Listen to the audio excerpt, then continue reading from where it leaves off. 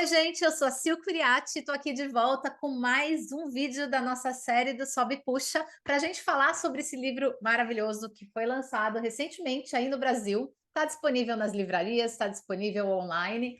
Nesse livro, mulheres incríveis contaram suas histórias em um capítulo cada uma, e eu convidei todas essas mulheres para falarem aqui com a gente, porque eu acho que essas histórias merecem ser contadas, recontadas, exploradas e mais em detalhe. Vocês sabem que em livro a gente acaba tendo um limite de caracteres, então ninguém pode contar a história como pode ser contada aqui num vídeo no YouTube. Então, bem-vindo. Se você gostou, assina o canal, compartilha o vídeo e volta para ver outras convidadas.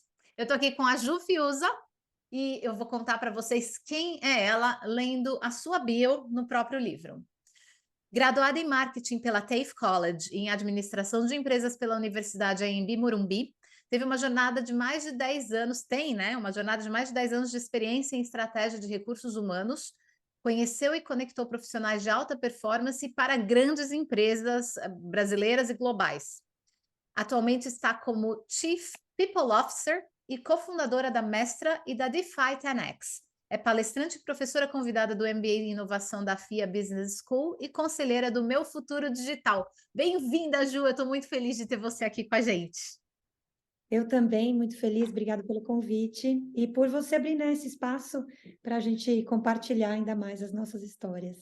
Eu acho que essas conversas têm sido super ricas e cada vez mais eu fico empolgada em ouvir outras e ouvir detalhes, né? A sua história, ela começa de um jeito muito bacana. Eu vou querer entrar em detalhe, mas antes de qualquer coisa, a pergunta que eu sempre faço para todas as minhas convidadas, independente do que está escrito no livro, é: qual é a história da Ju? Qual é a sua história, Ju?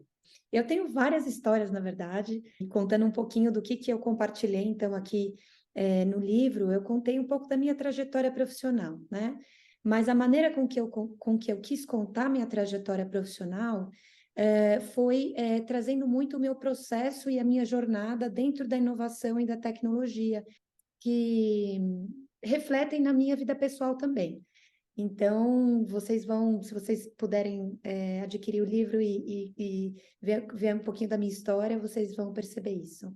É curioso que muitas de nós têm um monte de livro de gaveta, né? A gente guarda, a gente fica, escreve, esse um dia, quem sabe, e vai deixando. Tem travas, né? Escrever livro dá umas travadas às vezes. Você fala, puxa, colocar isso em público, será que vai ser legal? Será que não vai ser? E de repente o Sobe e Puxa, ele teve uma história, para quem não conhece, que foi mais ou menos assim.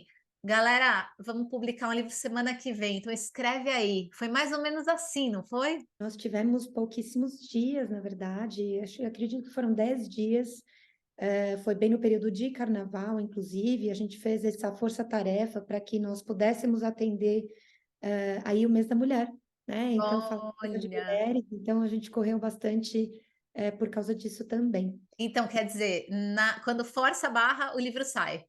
Se alguém provocar, aí sai. Vamos lá, Força, vai mas olha, sair. mas aí entra o principal desafio, né? É um processo muito que você precisa colocar a tua criatividade, a tua inspiração. Então, nós tivemos um tempinho curtinho lá para falar, bom, qual história que a gente vai contar, né? E ficou super livre, né? Se você vê no livro, cada uma conta uma história diferente Sim. mesmo, e a gente quis trazer essa diversidade de histórias também para a gente poder enfim, atingir mais pessoas aí, que mais pessoas possam se inspirar Se com as nossas identificar, né? histórias. Isso é bem Super legal. bacana, super bacana. Você, Ju, qual foi a parte mais difícil, ou até dolorida, de compartilhar uma coisa, uma parte íntima da sua história? É um fragmento da sua vida, porque sua história é muito mais complexa que isso, óbvio, e você mesma colocou, né? Você tem tantas histórias. Então você escolheu uma ali e tem partes que às vezes doem mais. Como que foi isso e como que é a sua sensação de ter isso agora num material impresso que vai durar para sempre, vai estar aí, exposto. Pois é, enquanto eu escrevia, eu refletia sobre isso exatamente. A gente materializou, né, algo. E aí, só para colocar como que essa ideia surgiu de forma super orgânica, porque nos grupos, no momento em que as mulheres se apresentavam, a gente se apresentava nos grupos, chegou um momento que a gente falou, gente, isso não pode ficar só aqui, a gente precisa mostrar para o mundo, né?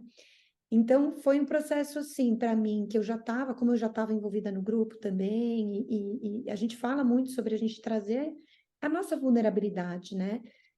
A gente tá passando por esses momentos em que a gente precisa se ajudar, a gente precisa estar junto cada vez mais. Então, sendo vulnerável aqui, né, também, eu passando por um momento pessoal bastante desafiador, para mim foi meu principal desafio, porque, como eu falei, a gente precisa, no momento que a gente escreve um livro, se inspirar, trazer a nossa criatividade e colocar para fora. Então, o que eu pude experimentar escrevendo a minha história, que está um tanto profissional, né? Eu não entrei tanto no pessoal, Sim. mas para mim tem muito significado pessoal, porque o trabalho tem um significado muito grande para minha pessoa. Isso vem também do meu pai, que eu menciono, né, no livro. Enfim, eu tenho o trabalho como um valor de serviço mesmo, né?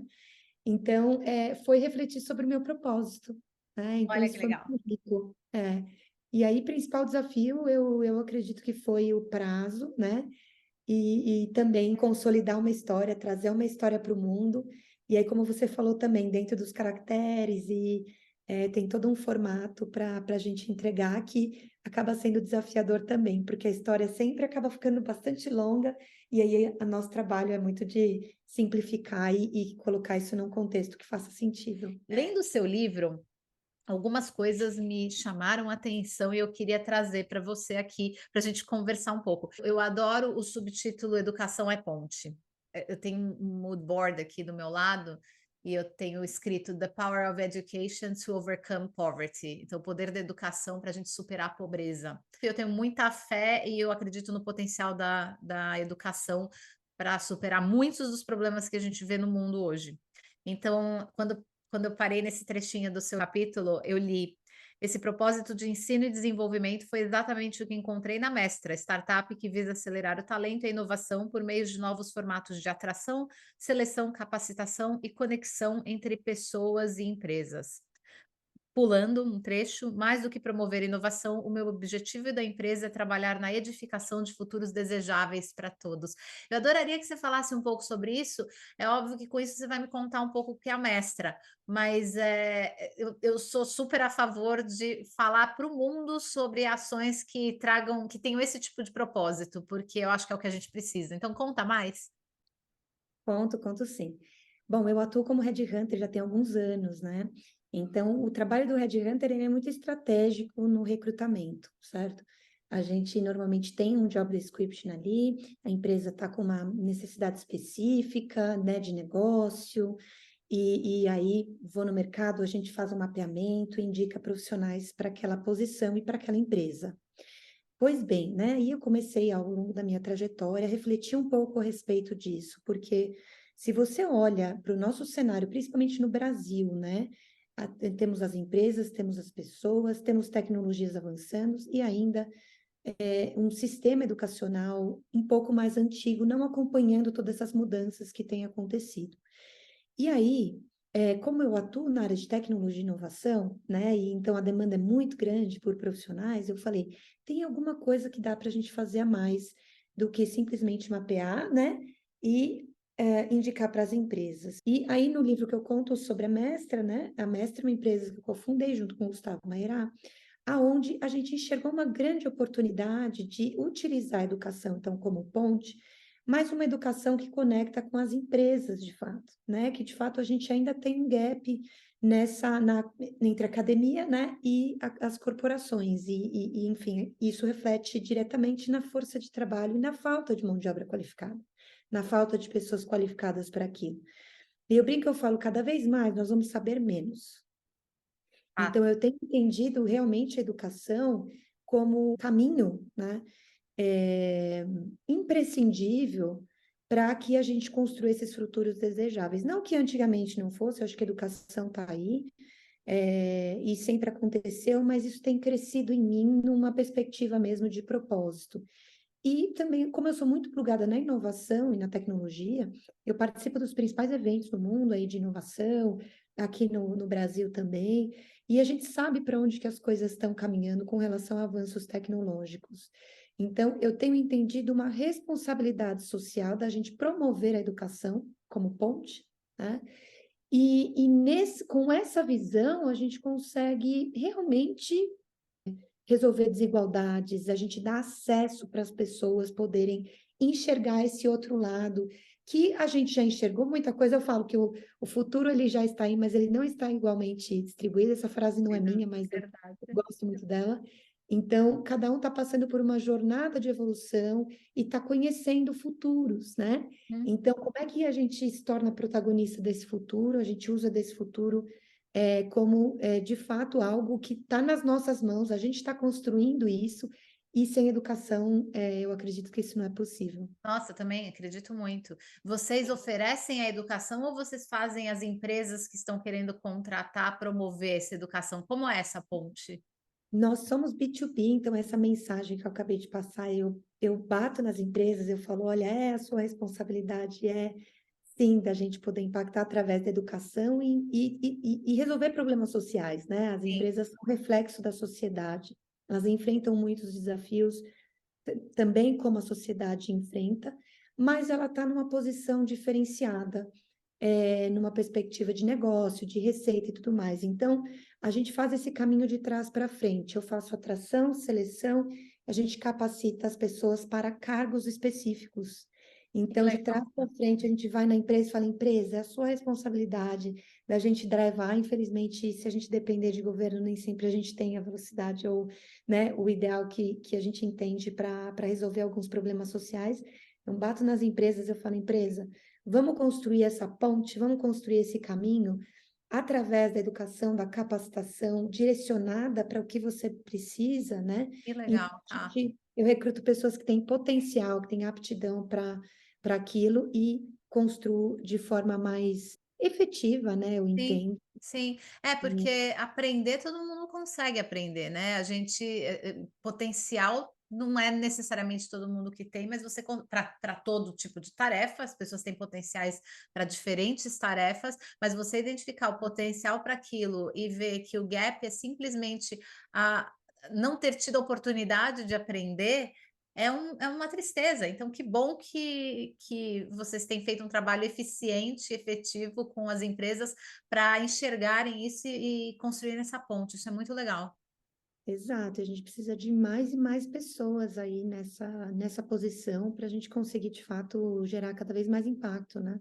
Aonde que existe grande oportunidade também é da gente trazer, então, mais diversidade e inclusão de pessoas, né? A gente trazer Lógico. mulheres para esse universo de tecnologia, principalmente, não somente, mas principalmente, porque nós temos uma carência muito grande de mulheres na área de tecnologia. Você fala disso também aqui no seu livro, e eu também tinha marcado essa parte.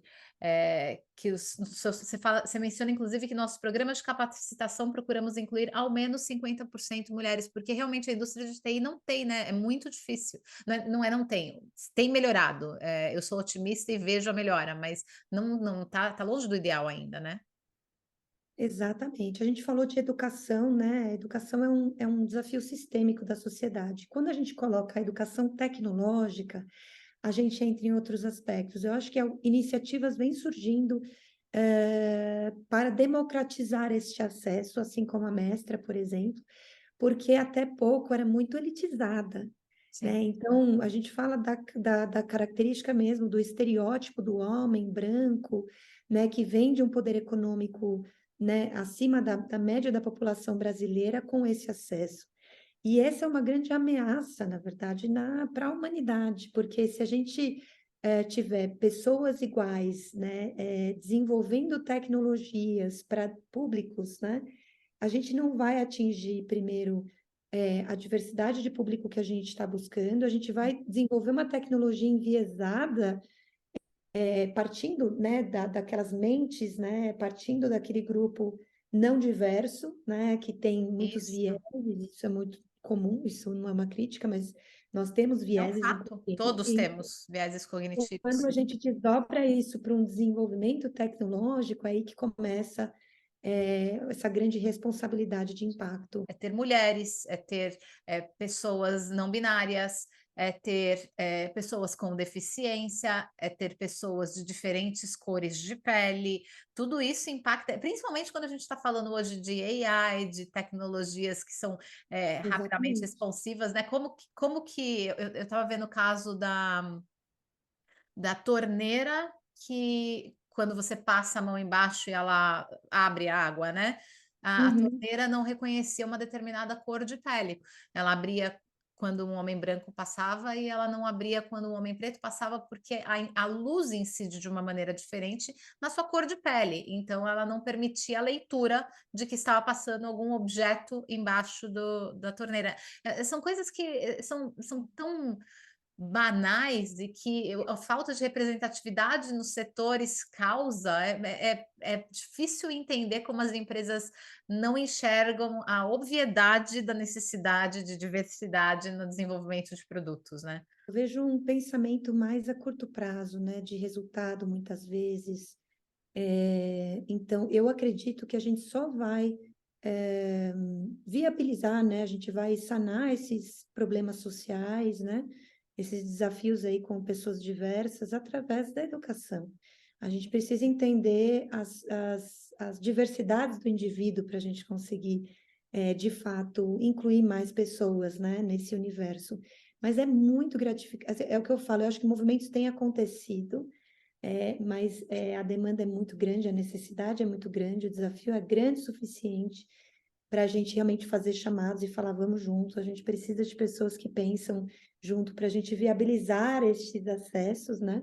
É só realmente através da educação, eu acredito. E a tecnologia vem também, eu vejo muito como meio, não como fim, mas como também uma ferramenta de inclusão, né, de pessoas. 100%. Hoje é muito gratificante você poder realmente impactar, transformar a vida de uma pessoa, da família dessa pessoa, e você, o momento que você dá esse acesso, né, ela pode sair de um ponto e ir para outro totalmente distinto, onde ela realmente vai enxergar no mundo uma carreira, um futuro, né, ela vai conseguir enxergar esse impacto todo que a gente está falando, isso é muito gratificante. Você tira a pessoa de uma situação para ela estar numa outra posição, Que legal. protagonismo, né? Eu queria que você lesse algum trecho que você considera especial do seu livro. Você topa?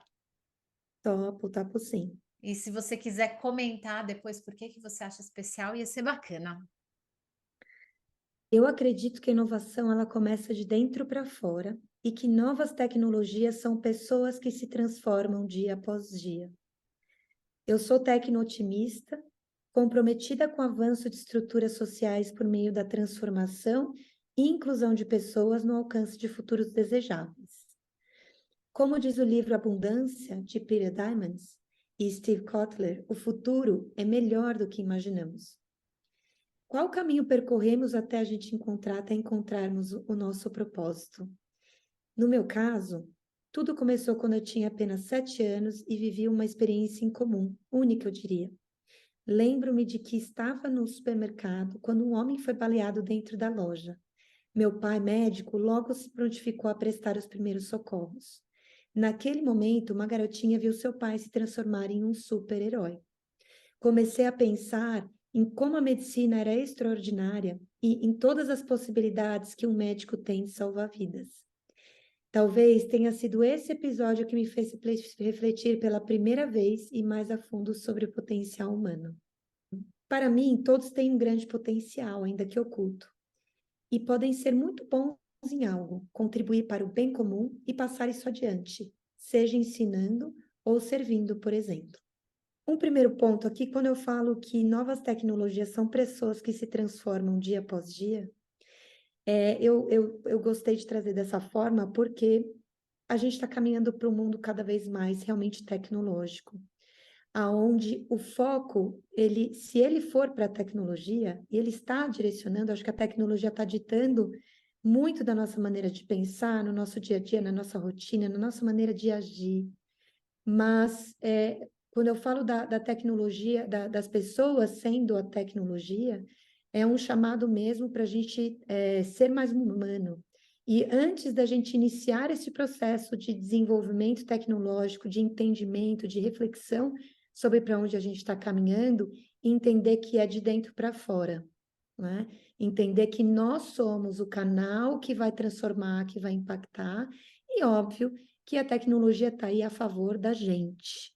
Isso, para mim, é uma mentalidade que a gente deve reforçar nas pessoas, né? Reforço em mim também, para que a gente seja pessoas melhores para o mundo. É fato? Você acha mesmo que a tecnologia está sempre a serviço de beneficiar o humano ou hoje em dia isso é dúbio? Isso é dúbio, cada vez mais está É, se mostrando dúbio. E é por isso que o reforço dessa mensagem, para mim, é muito chave, tá. porque se a gente não dominar a tecnologia, ela vai nos dominar, né? Sim. Eu comento também em outro trecho que as pessoas fazem muito essa pergunta, né? Ah, mas os robôs vão substituir os humanos, vão tirar os nossos empregos, vão...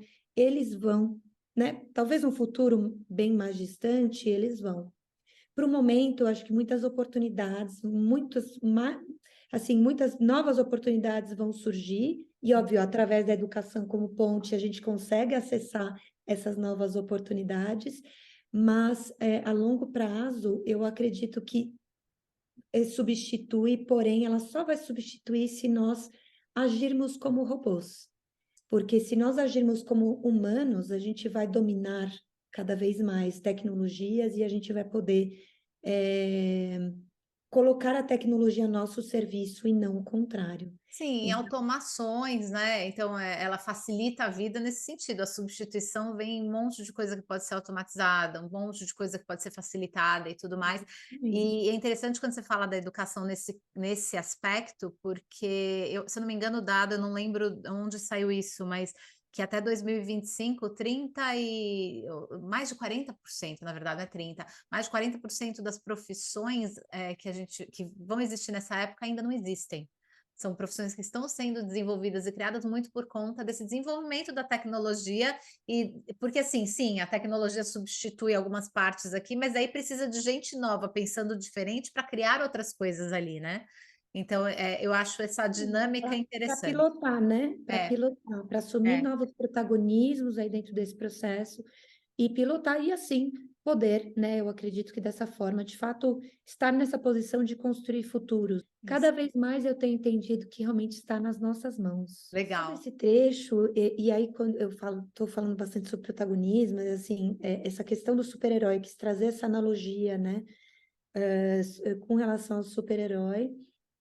Porque eu acho que a partir do momento que você também se empodera da tecnologia, né, você adquire superpoderes, né? Então, esses superpoderes de construção de futuros e tudo mais, né? Então, um pouco da minha história que eu conto é nessa, da gente se empoderar disso. E aí eu falo também nesse trecho sobre profissão, né? E eu falo sobre potencial humano e o bem de você servir, né? Você ter o serviço como um valor, você servir ao próximo, né? Então, o que que você tem para você transferir de mensagem, de experiências, que é um pouco do que a gente fez nesse livro, né? Sim. Você tem muita coisa para compartilhar. Compartilhe, né? Com várias pessoas que podem se beneficiar e poder se inspirar com isso. O que que você gostaria que os leitores sentissem lendo o seu capítulo? Qual que é a sua mensagem ali? Olha, eu acho que, sobretudo, um chamado por um propósito maior, um chamado para as pessoas elas refletirem sobre elas em tudo isso que está acontecendo ao redor, Sim. enfim, de avanços tecnológicos e tudo mais. Então, eu acho que a palavra é propósito. Então eu quero saber de você, Ju. Qual que é a importância de uma história bem contada? Independente de ser uma história de herói, de mocinhos e bandidos, de superação, uma história qualquer bem contada, por que que ela é importante? Nós estamos vivendo nessa era da informação de fato, mas de também muita informação não verdadeira, né? Fake news. Uhum, Durante o dia, a gente recebe informações picadas, né? Informações headlines, ou é uma dancinha no TikTok, ou é um post no Instagram, ou é isso. Então, a gente está cada vez mais bastante plugado nas redes e recebendo informações de todo lado. Então, quando você conta uma história bem contada, ela engaja, né? Ela traz realmente o contexto daquilo, começo, meio e fim, né? Então, eu acho que quando você conta uma história bem contada, é quando a pessoa recebe de fato a mensagem que você está querendo transmitir, ela tem um impacto muito maior. Uma história bem contada, ela consegue combinar todos esses fragmentos e de forma estruturada transmitir a sua mensagem. Sabe que eu nunca pensei nesse aspecto, né? Porque você coloca isso muito bem. Quanto a nossa vida, o nosso dia a dia é povoado por informações fragmentadas. A gente fica recebendo pedaços de coisas, então é pedaço de notícia, é headline, é a dancinha, é não sei o quê. E o cérebro faz conexões, né? O cérebro conecta sozinho. E dependendo do seu repertório, a história que foi feita na sua mente é completamente diferente da do outro, e da do outro, e da do outro. Então não tem uma consistência, não tem um aprendizado necessariamente, né? É muito legal esse ponto de vista, de quando você conta uma história bem contada, você está fazendo sentido da fragmentação que existe aí. Você está criando contextualizando, passando uma mensagem e tudo mais. Eu E gostei. você engaja com o público, né? Esse capítulo do livro te deu vontade de escrever mais, de pegar o que está na sua gaveta, escondido no seu laptop e falar, vou dar uma chance. Como que tá isso? Você falou de história bem contada, eu trouxe o meu desafio aqui da gente né, consolidar dentro dos caracteres e a gente conseguir dentro do que a gente tinha de formatação ali, trazer a nossa mensagem. Quando a gente fala de um livro, né, autoral, um livro de ponta a ponta, quer dizer, é uma jornada muito maior, é uma experiência muito mais rica que você tem, eu entendo de descoberta, né? Eu acho que quando você está escrevendo o livro, você pode passar por momentos de cura até, né? Sem dúvida. Dependendo do que, né? É um processo realmente, então, sou muito mais intenso e profundo, acredito eu. Então, sim, Ah, que tenho bom. muita E vontade. se você pudesse escrever como alguém escreve, ou você tem alguma admiração por alguém que tenha ou contado uma história ou escrito um livro que se fala, putz, eu queria que o meu tivesse saído com essa carinha aqui. Estive no South by Southwest, um evento que acontece de inovação em Austin, todo ano.